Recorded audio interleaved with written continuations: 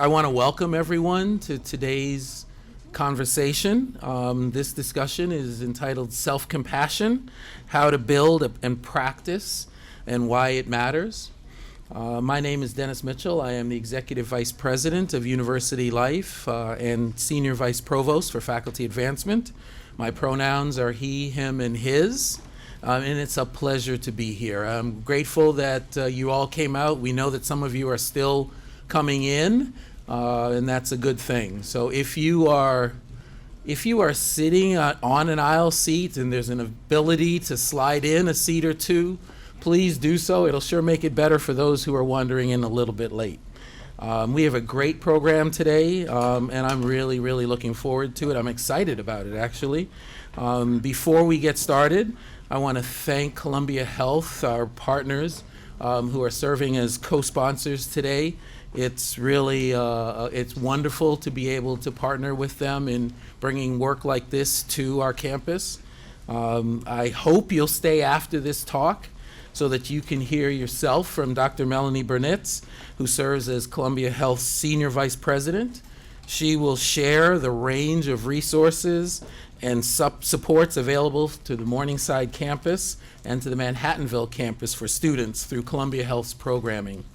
And if you're visiting us from the medical center from CUIMC, I encourage you to please check out Student Health on Haven, which is quite similar and has great offerings for students that are based uptown.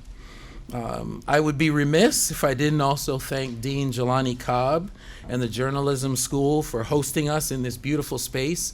Every time I come into this space, I really enjoy it. I just think it's one of our nicer showrooms at this university, so we're grateful to be able to get this space for today's conversation.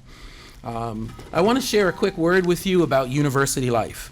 University Life is a hub for Columbia student life. We share information, resources, events, and initiatives that support inclusion and belonging, health and well-being, sexual respect, and community citizenship. We aim to enhance your experience at Columbia. Watch for our weekly newsletters, which you should be getting every Tuesday, letting you know about all of the opportunities to connect with others and from throughout the university. We hope you'll join us for some of them or all of them, ideally, if you're able. Some quick logistics for today's program. Thanks to many of you who submitted questions in advance. We are incredibly grateful. We'll also have a Q&A session at the end of Dr. Holder's talk, so keep track of your questions. If you're watching by live stream, and I know that some of you are out there watching us live stream, please send your questions via email to universitylife@columbia.edu. I'll repeat that for those of you online. Please send any questions to universitylife@columbia.edu. This event is being recorded and will be posted on University Life's website within the week. So let's get into the conversation for today. As the semester is picking up, I know that probably I'm not alone in feeling like it's getting busier quickly. And sometimes, like all of you, I experience lots of challenges and simply just cannot do as much in a day as I wish I could, or I'm supposed to. It's part of just being human, and I think that applies to all of us. When I experience those challenges, I don't always take the time to practice self-compassion, which is such an important thing to do.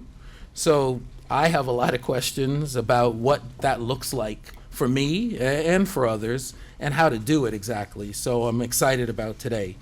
My questions verge around things like, what are the foundational elements of self-compassion?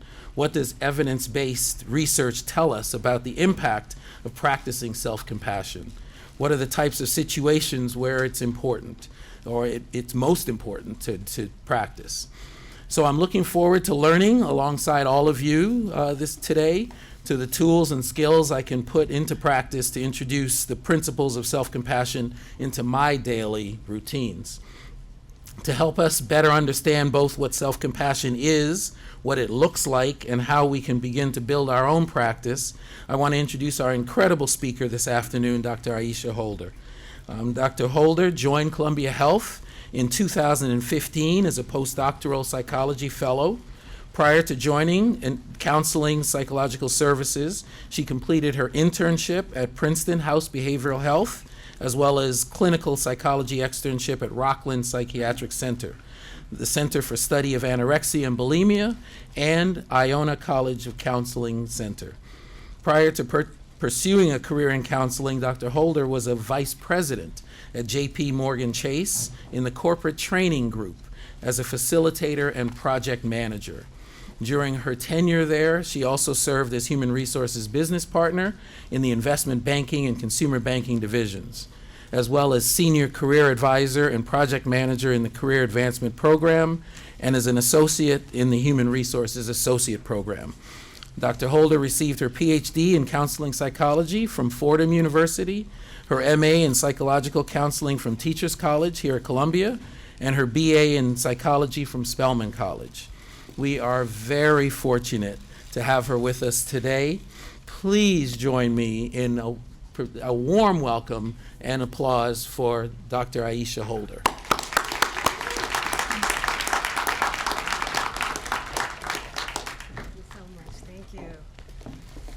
Thank you so much, Dennis. Hello, everyone. It's such a pleasure to be here with you today to talk about mindful self-compassion. You know, I learned about this practice, frankly, at the right time. It was during the height of the COVID-19 pandemic, coupled with increasing racial tension and violence and political division. And I was eager to find more strategies for how to cope during difficult times, especially when there's a great deal of uncertainty.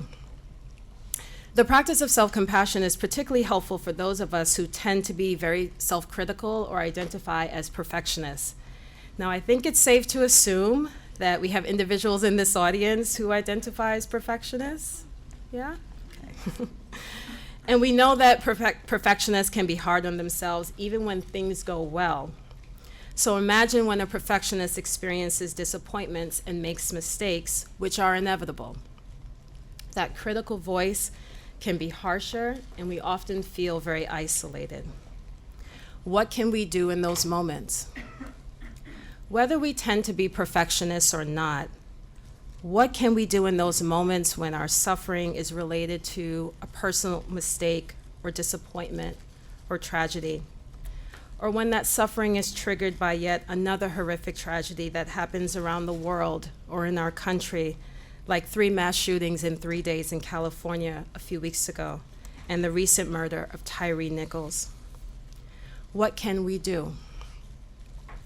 One tool we can consider using is mindful self-compassion, which helps us to deal with the stress and difficult events that happen in our lives. Self-compassion is a practice of goodwill, not good feelings. And with self-compassion, we mindfully accept that this moment is painful, that it's difficult, and we embrace ourselves with care and kindness.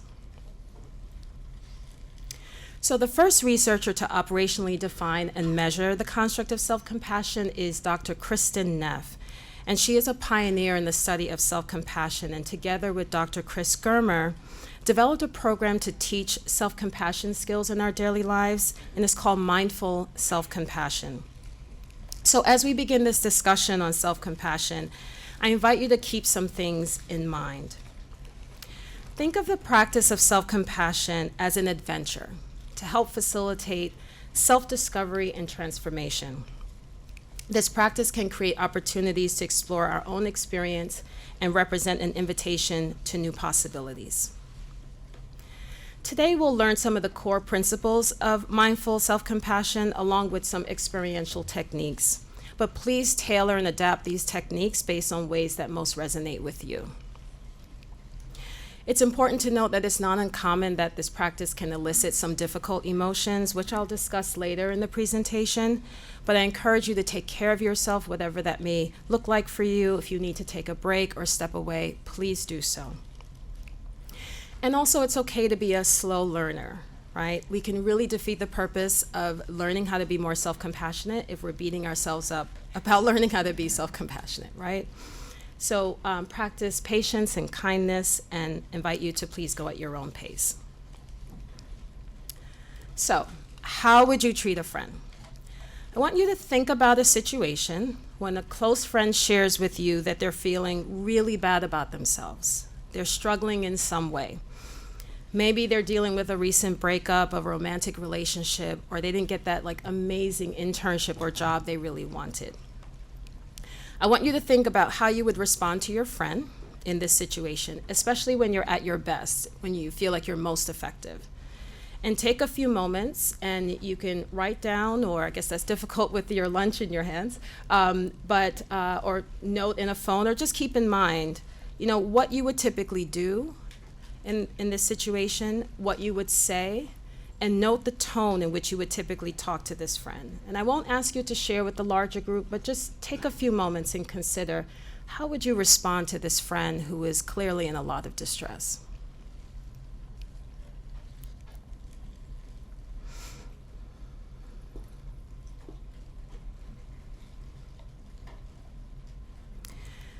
Now, I want you to think about a time when you have felt bad about yourself, or you were struggling.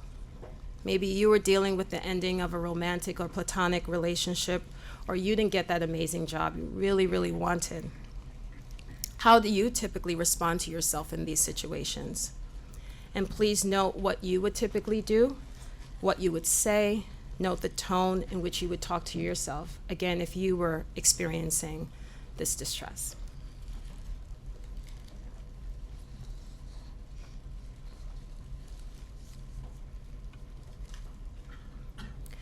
Did you notice a difference? Well, in essence, the practice of self-compassion involves treating yourself the way you would treat a dear friend who's having a hard time, even if your friend made a mistake, was feeling inadequate, or facing a tough life challenge.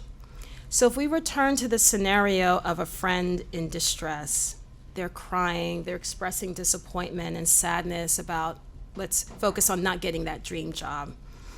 Did anyone imagine saying to their friend, well, to be honest, I really understand why you didn't get that job, because you're really not that smart, you're not that skilled, you're not personable, and frankly, I really don't think you'll have a successful life or a career.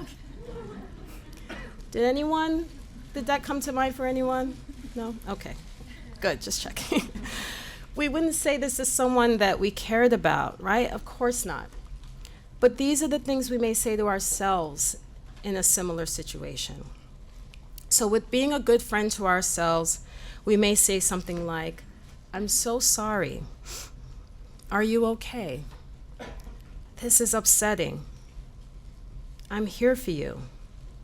I appreciate you. Is there anything I can do to help?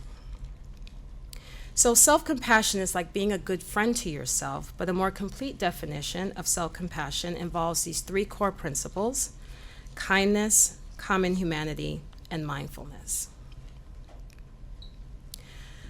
So self-kindness entails being warm and understanding to ourselves when we suffer, when we fail, when we feel inadequate, rather than beating ourselves up with self-criticism or negative self-talk.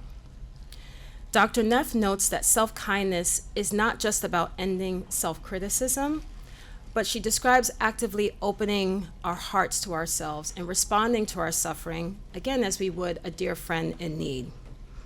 Now, self-kindness doesn't mean that we ignore our shortcomings or our problems, right? We're not in the business of denial.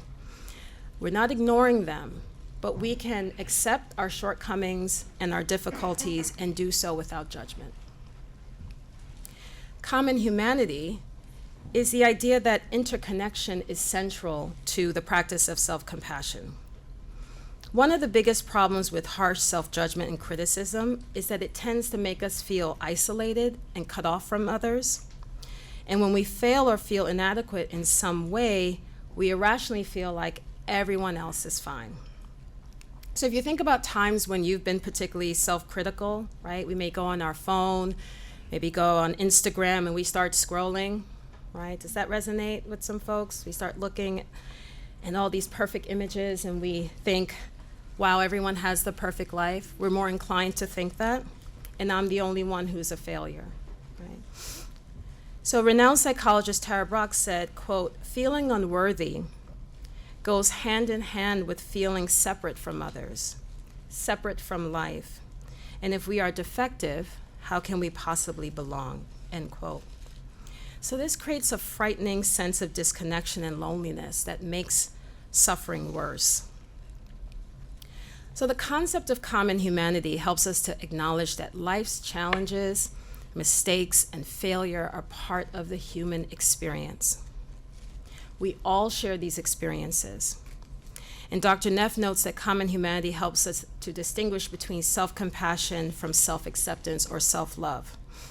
And she notes that while self-acceptance and self-love are important, they are incomplete by themselves because we leave out an essential factor, which is other people. Compassion is relational. When we're in touch with our common humanity, we remember that everyone has feelings of inadequacy and disappointment, challenges. Now, while we note that the triggers, circumstances, and the degree of pain may be all different, the process of experiencing pain can be the same. And so with this practice of self-compassion, moments of suffering remind us that we're not alone, and they represent opportunities where we can feel closer and more connected to others. The last core principle of self-compassion is mindfulness. So in order to have compassion for ourselves, we have to be willing to turn towards our pain and acknowledge it, and we can do that with mindfulness. And mindfulness can be described as paying attention in a particular way on purpose, in the present moment and non-judgmentally. We can become aware of our negative thoughts and feelings and just be with them. We're not fighting them, we're not denying them. It doesn't mean we agree, right? So there can be circumstances that come up, and if we accept them, doesn't mean we agree, but we're not denying the reality of it either. So it involves recognizing our suffering without immediately trying to fix our feelings and make them go away. You know, have you ever had the experience of maybe sharing a problem or concern with a family member, a friend, and they like immediately jump into that problem-solving mode? Well, I think you should do this and this and this, right? They are well-intentioned. They're wanting to help. But there's something about being present with, being listened to, you know? And there's some challenges where there are not necessarily any particular solutions, but there's power in being with and, as I like to describe, bearing witness to people's experiences. So mindfulness helps us to also not become over-identified with our negative feelings or thoughts, which can have implications for our sense of worth. So if we return to the example of not getting that dream job, it is understandable to be disappointed when things don't go our way. I'm not suggesting we do cartwheels when we don't get the things that we want, like a dream job. But when we over-identify with negative feelings or thoughts, instead of saying this moment is disappointing, this moment of not getting the job is disappointing, we say life is disappointing, right? So we have to be very careful that we're not over-identifying with the feelings that are in the moment. So over-identification is perceiving temporary events as definitive or permanent. So with mindfulness, it helps us to note that our thoughts and feelings are just that, thoughts and feelings. And being in the present moment also helps us to determine what's the next course of action. Now, there's a growing body of research on how self-compassion supports mental health and well-being. It can help lower depression, anxiety, and bolster overall emotional resilience. But yet there are these reasons why we may be hesitant about practicing self-compassion. And it's important to talk about them, because they are very common. One misconception is that self-compassion is a form of self-pity, like poor me. But Dr. Neff says that self-compassion can be viewed as an antidote to self-pity and the tendency to ruminate about our misfortune. Now, self-compassion, again, doesn't mean we tune out the difficult things, right? That would be avoidance. We're not tuning out, but we're more willing to accept and experience and acknowledge the difficult feelings, which is the mindfulness. We do it with kindness, and remember that everyone suffers from time to time, and that's that common humanity. And this helps us to better process challenges that we experience. Research shows that self-compassionate people are more likely to engage in perspective talking rather than focusing on their own distress. And they're also less likely to ruminate on how bad things are, which helps to better promote mental health. Another myth about self-compassion is that it represents weakness, and it's a sign of vulnerability. And it's really quite the opposite. That Dr. Neff and other researchers are discovering that self-compassion can really be a powerful resource for demonstrating coping and resilience. It can represent inner strength and courage. Because when we go through major life crises, self-compassion appears to really make the difference in our ability to survive and even thrive in those situations.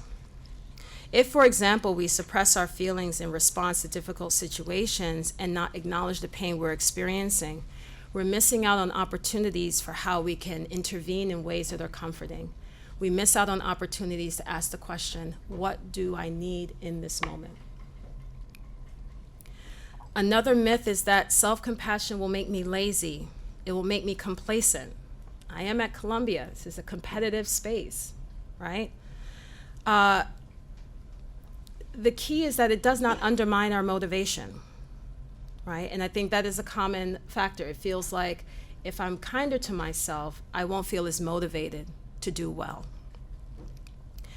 And so it's important to note that self-compassion provides the emotional safety needed when we make mistakes, and that we can maintain high standards without criticizing ourselves, right? We don't have to make excuses when we could have been more effective in order to show ourselves compassion. So if we find that we have been not as effective in a particular moment, there's a failure that we're experiencing, a mistake that we made, self-compassion allows us to be accountable in those moments. We don't have to beat ourselves up. So if we fail an exam, for example, right, that's a difficult moment. We can acknowledge we're upset. I really wanted to do well on that exam. I'm really worried about whether I'm going to pass this course, not just pass, but I want to do well. In that moment, we can think about giving ourselves a hug if that resonates, say I want to do better on the exam. But self-compassion doesn't leave us there. We then say, what can I do? And that's the beauty of self-compassion. It's the tension of the being and the doing. Because the mindfulness allows us to be and then say, what do I need in this moment? It can be comfort, it could be reassurance, and then there's this other piece of what can I do? So in response to, I failed this exam, what I can do is talk to my professor, talk to my TA, join a study group, right? Maybe seek out tutoring, right? So it allows us to feel less afraid of failure and more likely to try again and be persistent after failing. Self-compassion is so important because as perfectionists, we have to really come to terms with the fact that that doesn't exist, right? There will be moments that will bring us challenge, and self-compassion is a really helpful tool for how do we respond when we're dealing with suffering. The final myth that I'll talk about today is this idea that being self-compassionate is too selfish or self-focused, I guess because of the emphasis on self. But if you think about the times when you've been ruminating about a failure or being self-critical, are you more self-focused or are you other-focused in those moments? Do you have more resources or fewer resources to give to others? Most people find that when they're absorbed in that self-judgment and self-criticism, there's very little capacity left over to think about anything else other than those moments of feeling so unworthy. We may tend to be more self-centered. So when we can be kind and nurturing to ourselves, in fact, that allows for more opportunities to be of service to others.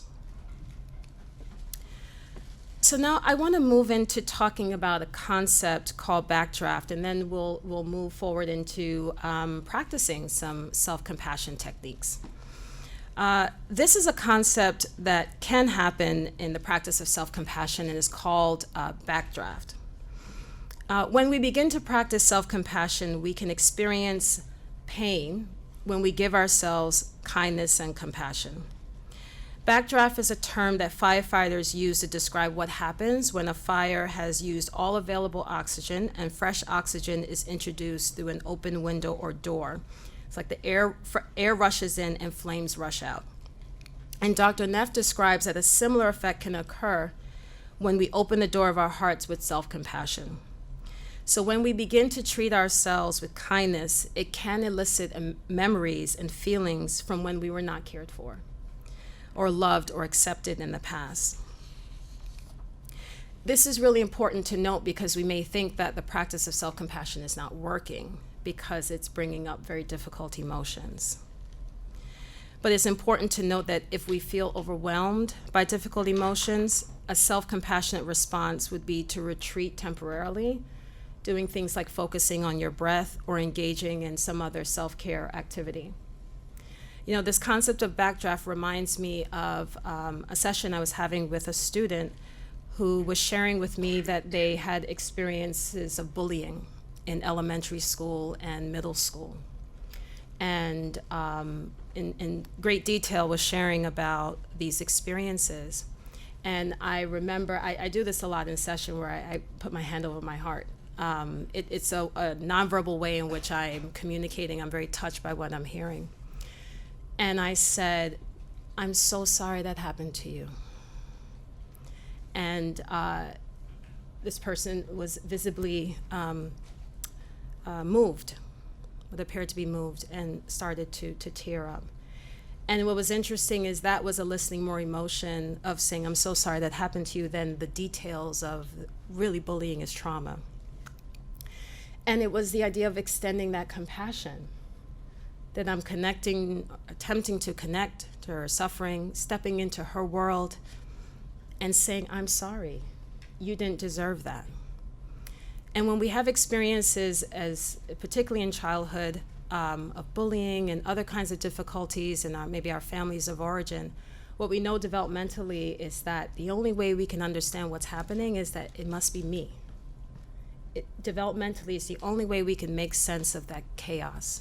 It must be me, right? I wasn't enough. I wasn't smart enough. I wasn't good enough. I wasn't fill in the blank enough.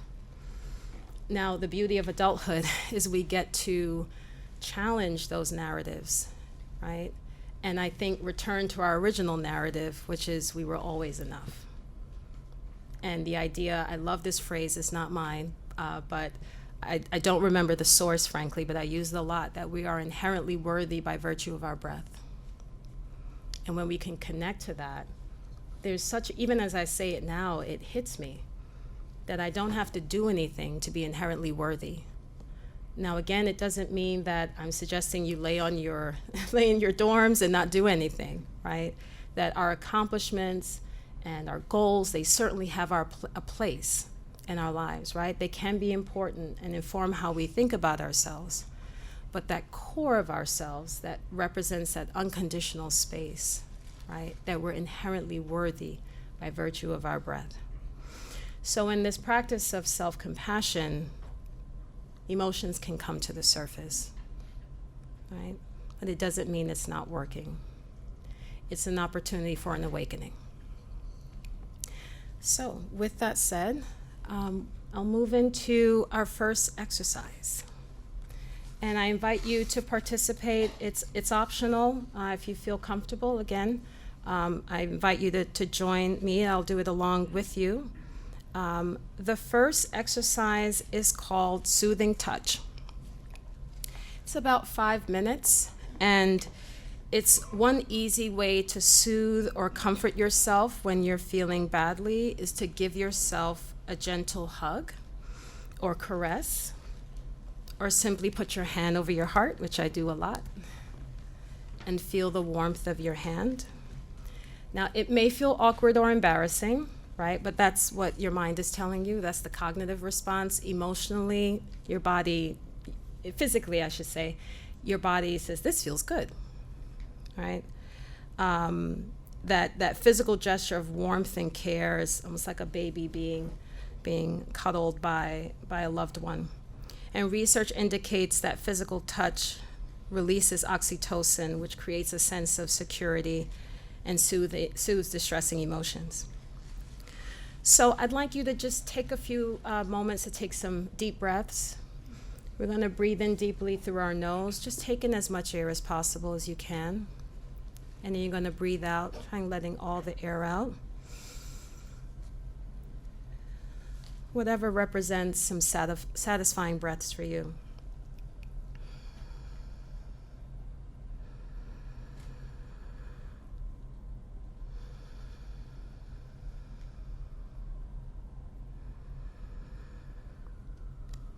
And again, you have your hand over your heart. And if you wish, you can place both hands on your chest if you'd like. And maybe notice the difference between one hand versus two. One hand is sometimes associated with when we need comfort or soothing. Two hands is more of a protective stance, right? If we need to reassert our boundaries maybe in that moment.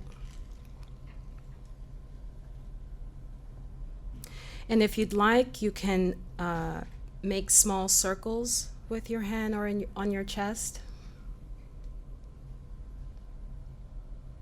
You know, sometimes if I'm in session and I'm hearing some really difficult content from a client, you know, I put my hand on my heart, signaling I'm present with this person, but I also can feel sort of tension because I'm hearing really difficult material. And so I will sort of massage that tension, being aware of it. And feel the natural rising and falling of your chest as you breathe in and you breathe out. And the idea is that you stay here as long as you'd like, right?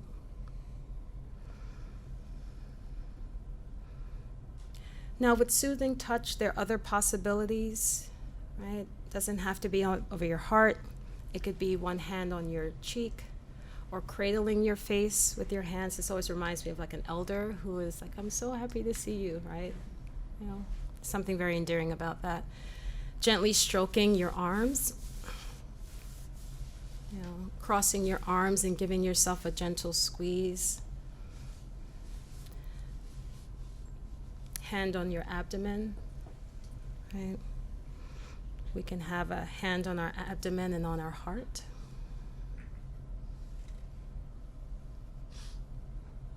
Or cupping one hand in our lap, like this, right? You could even sort of massage your hand too. It's all touch, you know. So again, you think about what resonates with you, and what's helpful is to try these things out. And also, depending on what might be these other possibilities, it could depend on the situation, what might work best for you. Okay. All right. So now I want to move into what's called the self-compassion break. And it's a brief, informal practice that is really wonderful in bringing in, integrating the three core principles of self-compassion, right? The kindness, the mindfulness, and the common humanity. And so this would be something you might use, you could use it multiple times throughout the day, right? And it's a practice that we use when we're experiencing some suffering, right? We're experiencing some distress. So I'm going to invite you to think about a situation in your life that is difficult and that's causing you stress. But I would say please choose a problem that's mild to moderate in range, right? We don't want to pick a big problem because we're practicing right now, and we don't want to overwhelm ourselves, right? Particularly when we're first learning the skill of self-compassion. So if you have a situation in mind, I want you to allow yourself to see and hear and feel your way into that problem to the extent that you experience maybe some uneasiness in your body.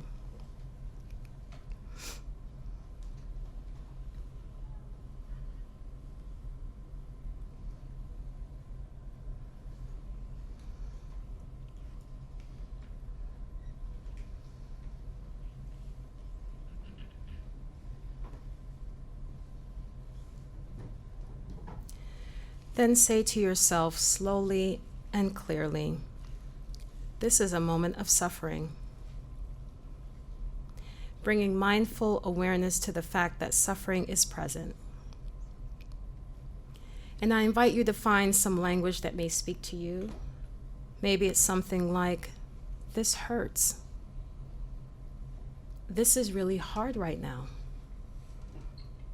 I'm really struggling.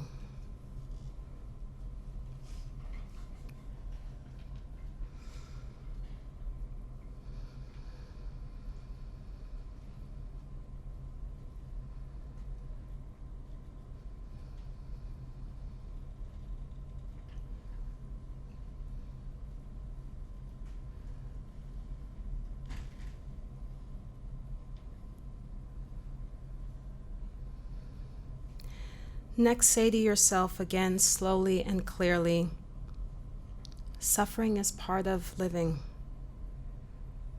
That's common humanity. Other things you may say to yourself is, we all struggle in our lives, and I'm not alone.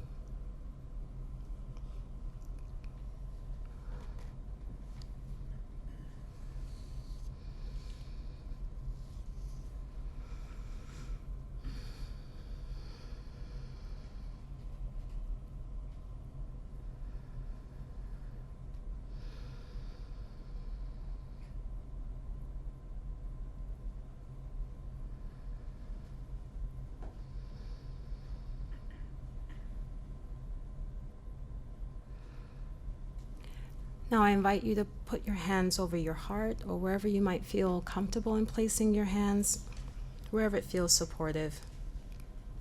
Feeling the warmth of that touch, and say to yourself quietly, may I be kind to myself.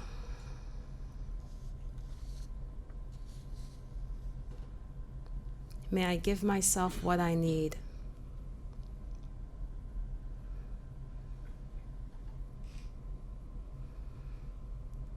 Or choosing any language that supports this spirit or sense of kindness.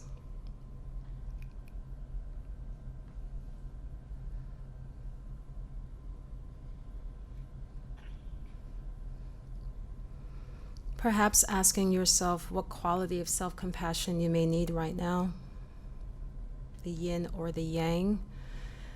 Yin language might be, may I accept myself just as I am.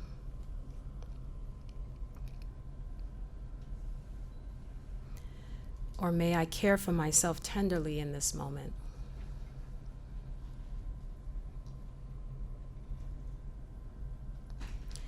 Yang language might be, may I have the courage and strength to make a change.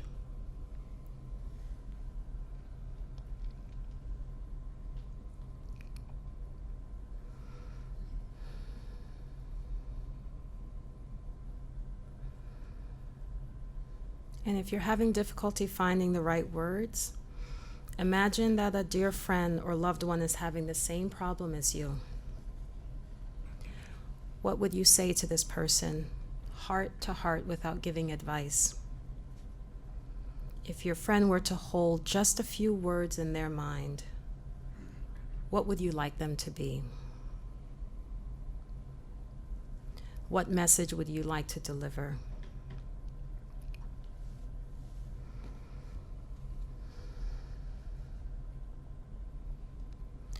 Now, can you offer the same message to yourself?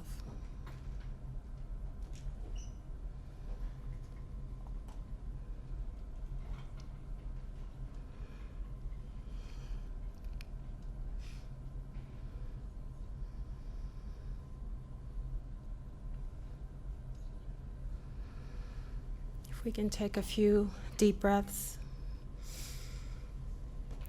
as we let go of this practice.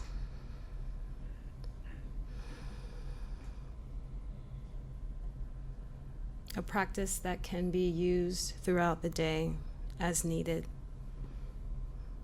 and helps us to remember the core aspects of self-compassion, the kindness, the common humanity, that we're not alone, and the mindfulness.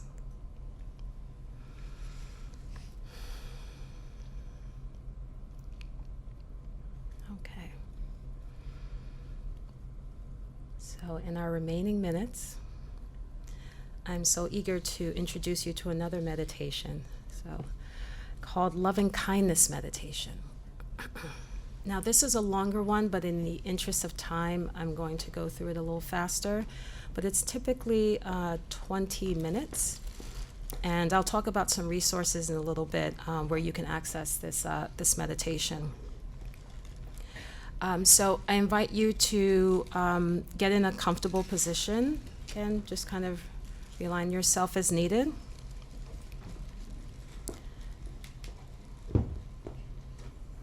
And take a few deep breaths again and letting out any tension that might have happened, developed over the morning.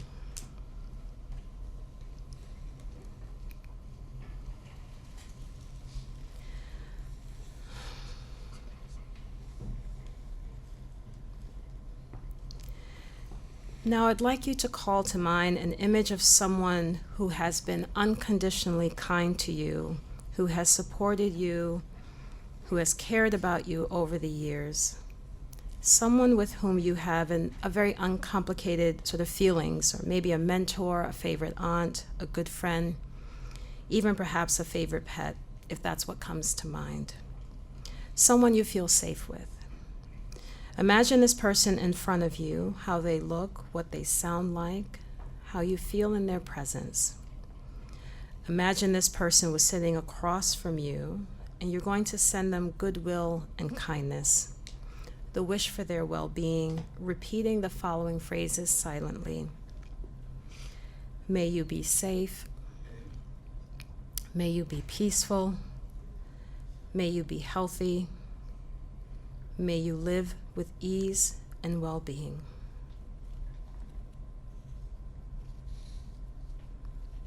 May you be safe. May you be peaceful. May you be healthy. May you live with ease and well-being.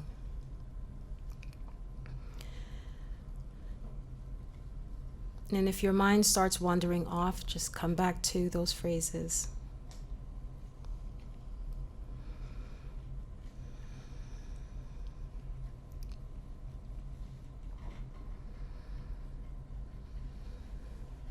Now imagine yourself in this person's presence and include yourself in this circle of goodwill. Imagine yourself sitting in front of the person whom you care about so deeply. And say silently, may we be safe. May we be peaceful.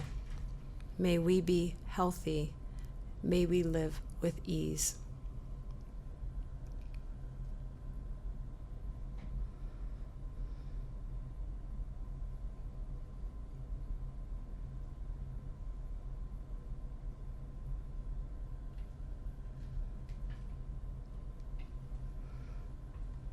Now focus your attention exclusively on yourself, remembering that you too deserve unconditional kindness, compassion, caring, as all human beings do.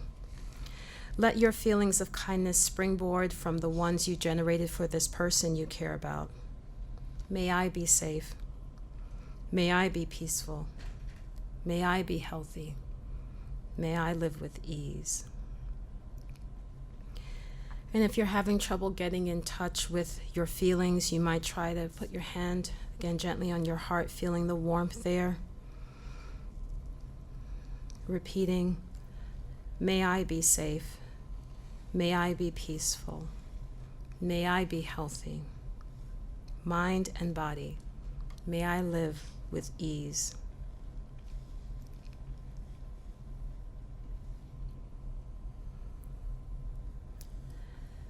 Again, if you find yourself distracted or lost in thoughts, that's fine. Remember to come back to the phrases and the feeling of care and kindness underlying the wish of goodwill.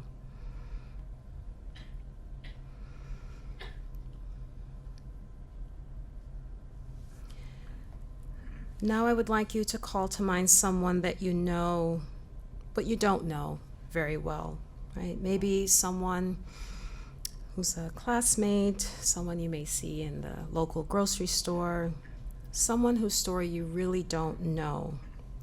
And try to focus on one person.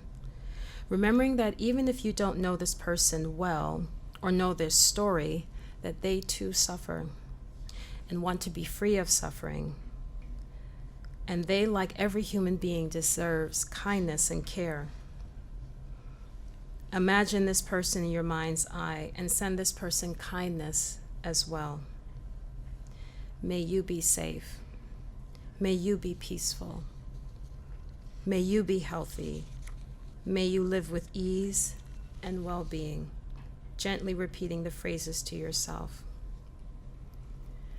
Now widen the circle of kindness, caring, and compassion, perhaps thinking about people close to you, classmates, your family, your friends, your inner circle, people you see regularly, including yourself. Once more, may we all be safe. May we all be peaceful. May we all be healthy. May we all live with ease. Then widen the circle to include people in the city, town that you live in, people you share community with. May we all be safe. May we be peaceful. May we be healthy. May we live with ease. And now letting that circle widen broadly, broadly, broadly until it encompasses all of humankind with all the joys and sorrows of living this human life. Just wishing and intending, sending the gift of loving kindness to all people who feel. May we be safe. May we be peaceful. May our world be peaceful. May we be healthy. May we live with ease. And widen the circle more to include animals and plants and all living creatures, remembering that you want all living creatures to be healthy and happy. May this earth and all creatures on it be safe. May we live peacefully and in harmony. May we all be healthy and thriving, and may we all live with natural ease. And in this last moment, just let yourself rest in the feelings of goodwill, kindness, and caring and compassion that you've generated. Letting yourself feel it in your body. And even if you feel a bit cold or shut down, just savor, if nothing else, the intention of kindness.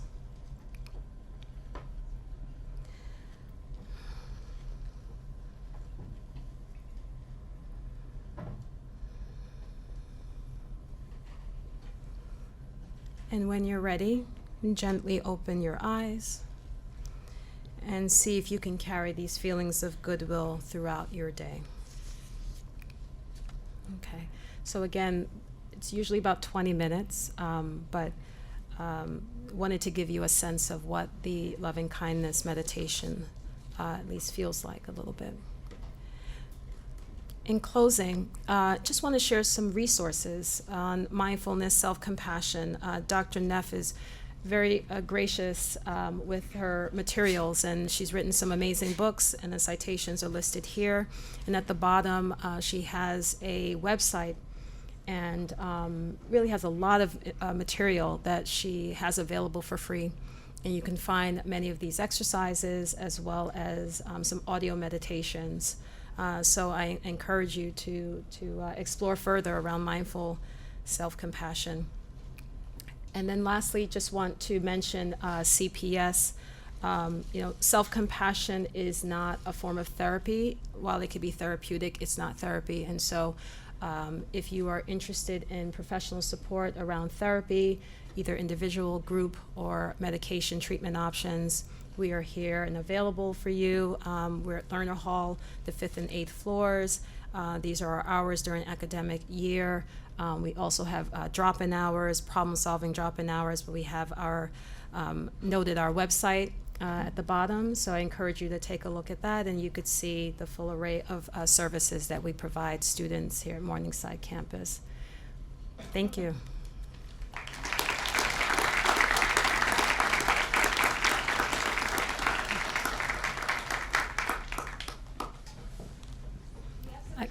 Questions? Yes, if there are any questions.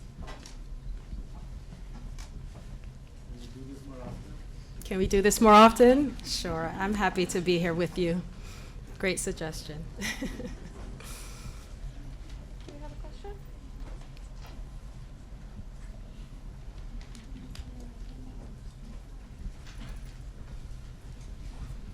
Hi, my name's Olivia. I'm with the SUMA program, so it's with the School of Professional Studies and the Climate School. What I come up against is when you see a friend that you would love to introduce this sort of thing to, but maybe they're not as open or they have all the misconceptions and that sort of thing. So what advice do you have for bring other people into the world of self-compassion who are open to it? Yeah. It's a good question. I think if I have a friend who's a little reluctant about engaging in self-compassion, I may want to talk a little bit more about why, because it may hit some of the common myths about self-compassion. And I think it's hard for people to sort of go against the idea that, I don't want to be sometimes cared for, right? If we present self-compassion, and especially as a friend, that I care about you, I love you, I want the best for you, right? And I've found this practice that could be helpful. Now, again, it's one tool of many tools. And I think, as we are moving along the lifespan, the goal is to think about how many tools can we have in our toolkit to manage through our difficulties. And so I think just, talking to this friend about the ways that self-compassion can be helpful for them. And if there's reluctance, again, the backdraft where I talked about the emotions that could be elicited, the difficult ones, the self-compassion practice brings it to the surface, but we may not know why. It's the what is happening, but not the why. And maybe therapy might be helpful for your friend in better understanding the why this is coming up, or what might be informing the reluctance to treating ourselves kindly, right? It's a very complicated question, right? Why am I less deserving of being treated with kindness? It's often a whole history around that. So I think a way of supporting that friend is how you treat them, modeling self-compassion, and also maybe an opportunity for them to explore it in more kind of a professional setting like therapy. Thank you. Thank you.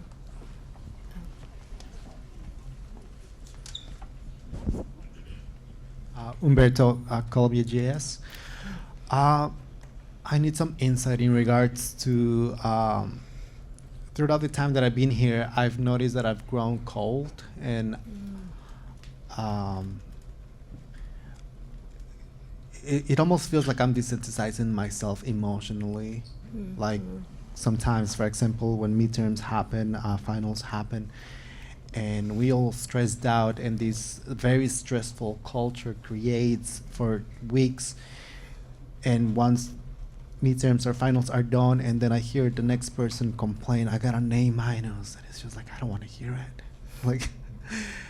And I got an A minus too, but I'm just trying to move on. And I notice that as that happens more, I'm desensitizing myself, and I'm becoming apathetic, and almost to the point where I don't want to hear people say these things anymore. And recently I catch myself regarding myself to people as petty, and just not wanting to hear what they feel, what they have to say, because they got an A minus.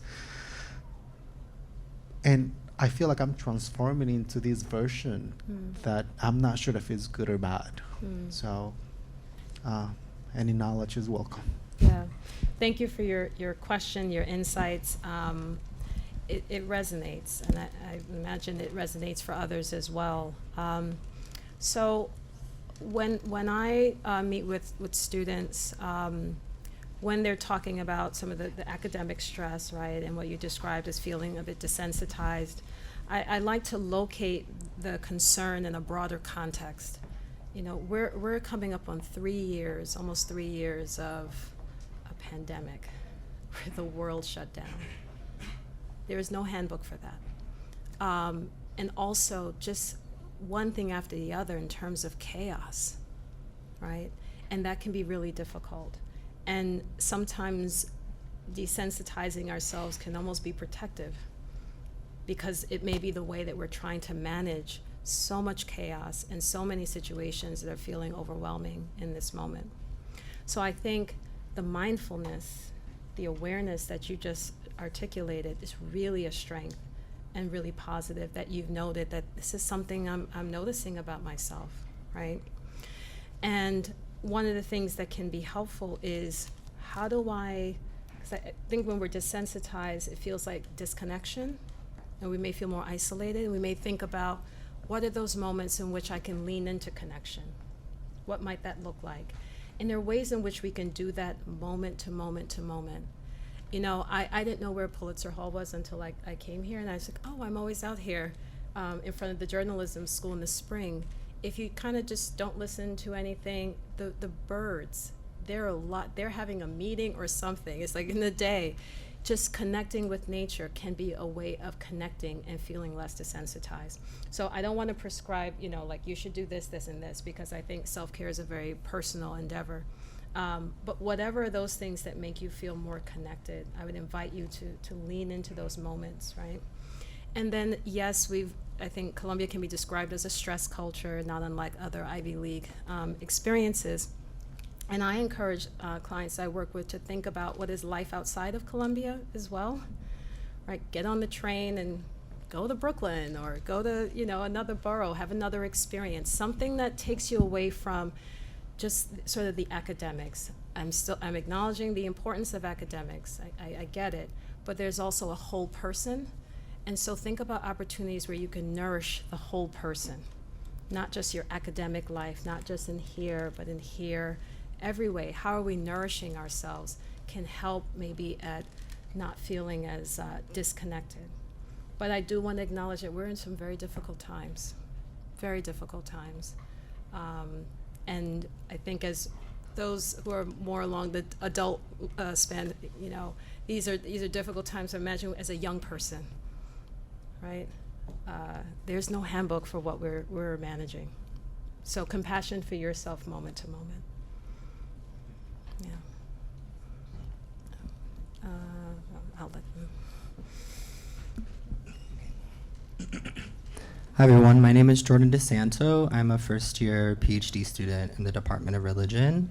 This is my third academic institution, so when you're talking about social isolation, I really understand that. And my main question is, how do we hold these two things in tension, the being and doing, like the emphasis upon creating space and nourishing the self, and also can these forms of self-care give way to institutional change? Because I think a part of the tension of what's at stake here is that we are dealing with a vacuum of compassion, that Columbia creates and makes decisions that socially isolate. Like, to your question, like, you know, there's a reason that you're feeling the way that you're feeling. You shouldn't be treated the way that you're being treated. And a really great anecdote that one of my professors shared is that in my seminar, the way that they schedule the classes, there's no time in between for me to connect with other people outside of myself. And so I think these isolating practices are a part of like institutions of social isolation. And so, yeah, I guess my question is,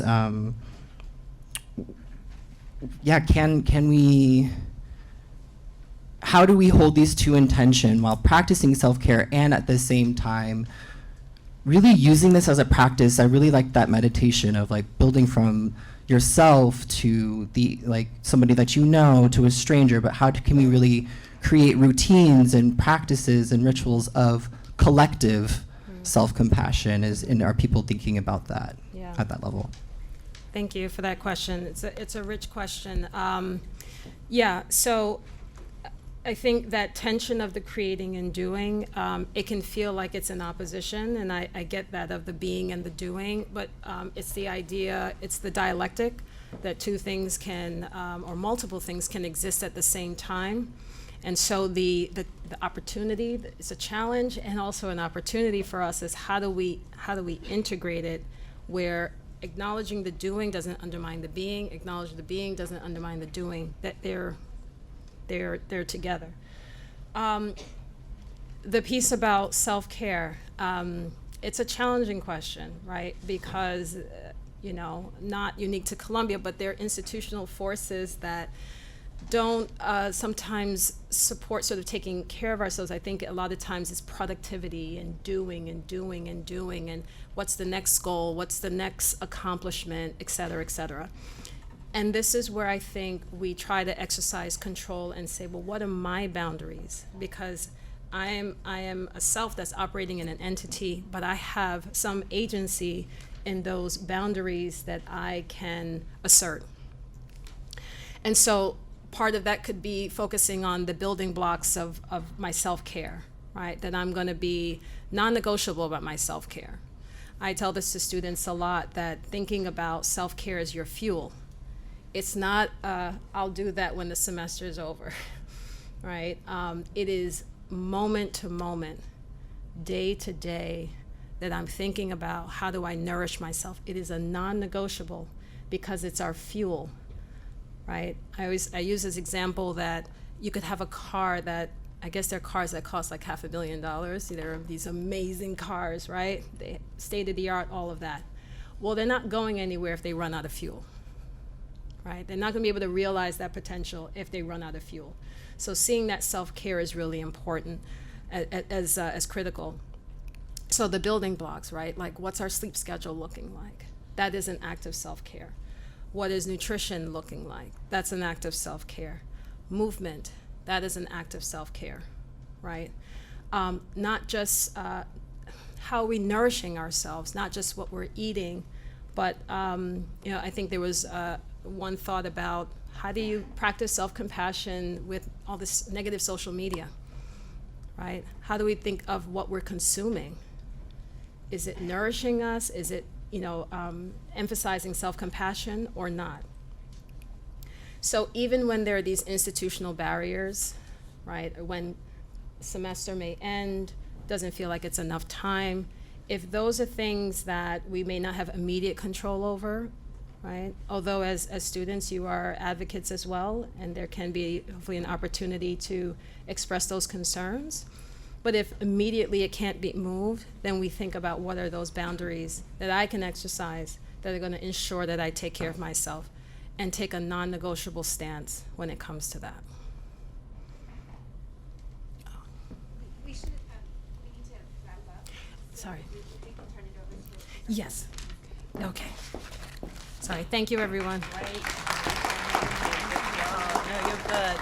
Thank you. I'm just going to take a couple of minutes of your time. I'm Dr. Melanie Burnitz. I'm the Senior Vice President for Columbia Health, and we were so thrilled to co-sponsor this event with University Life, and really just want to give my incredible gratitude to Dr. Aisha Holder for this fantastic presentation and discussion. Please join me in thanking Dr. Holder for this.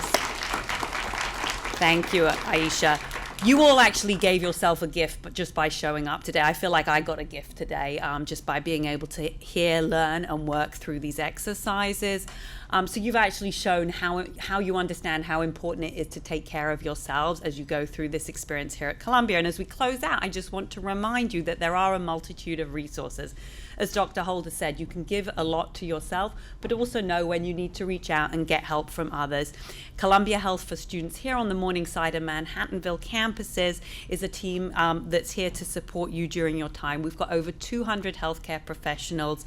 We're here to partner with you, to help you, and we offer so many programs and services so that you can be happy, healthy, and well while you're here. And those programs and services span medical care, mental health care, health promotion, education, disability accommodations, violence prevention, and advocacy. So please visit our website, health.columbia.edu. You can see over 70 different programs and services to support you while you're here at Columbia. You can call for appointments. We're not only here for routine needs, but certainly in moments of crisis as well, 24/7 availability for you. So remember all of that. As I say, the website, health.columbia.edu, it's up here behind us. We're on Facebook and Instagram as well. And if you don't know where to find help, email us at health@columbia.edu and we'll connect you with the right person or the department. For our students from the Medical Center campus, Student Health on Haven similarly offers many programs and services to support the CUIMC students during their health sciences education. They have confidential resources as well around well-being and health promotion with strategy sessions. They also have counseling services and medical services and additional programs. And their website is studenthealth.cuimc.columbia.edu. So thank you for being here with us today, for learning, for growing, and for taking care of yourselves. We wish you all the very best as you go through your day practicing some self-compassion, and all the best for the rest of the semester. Thanks, everyone.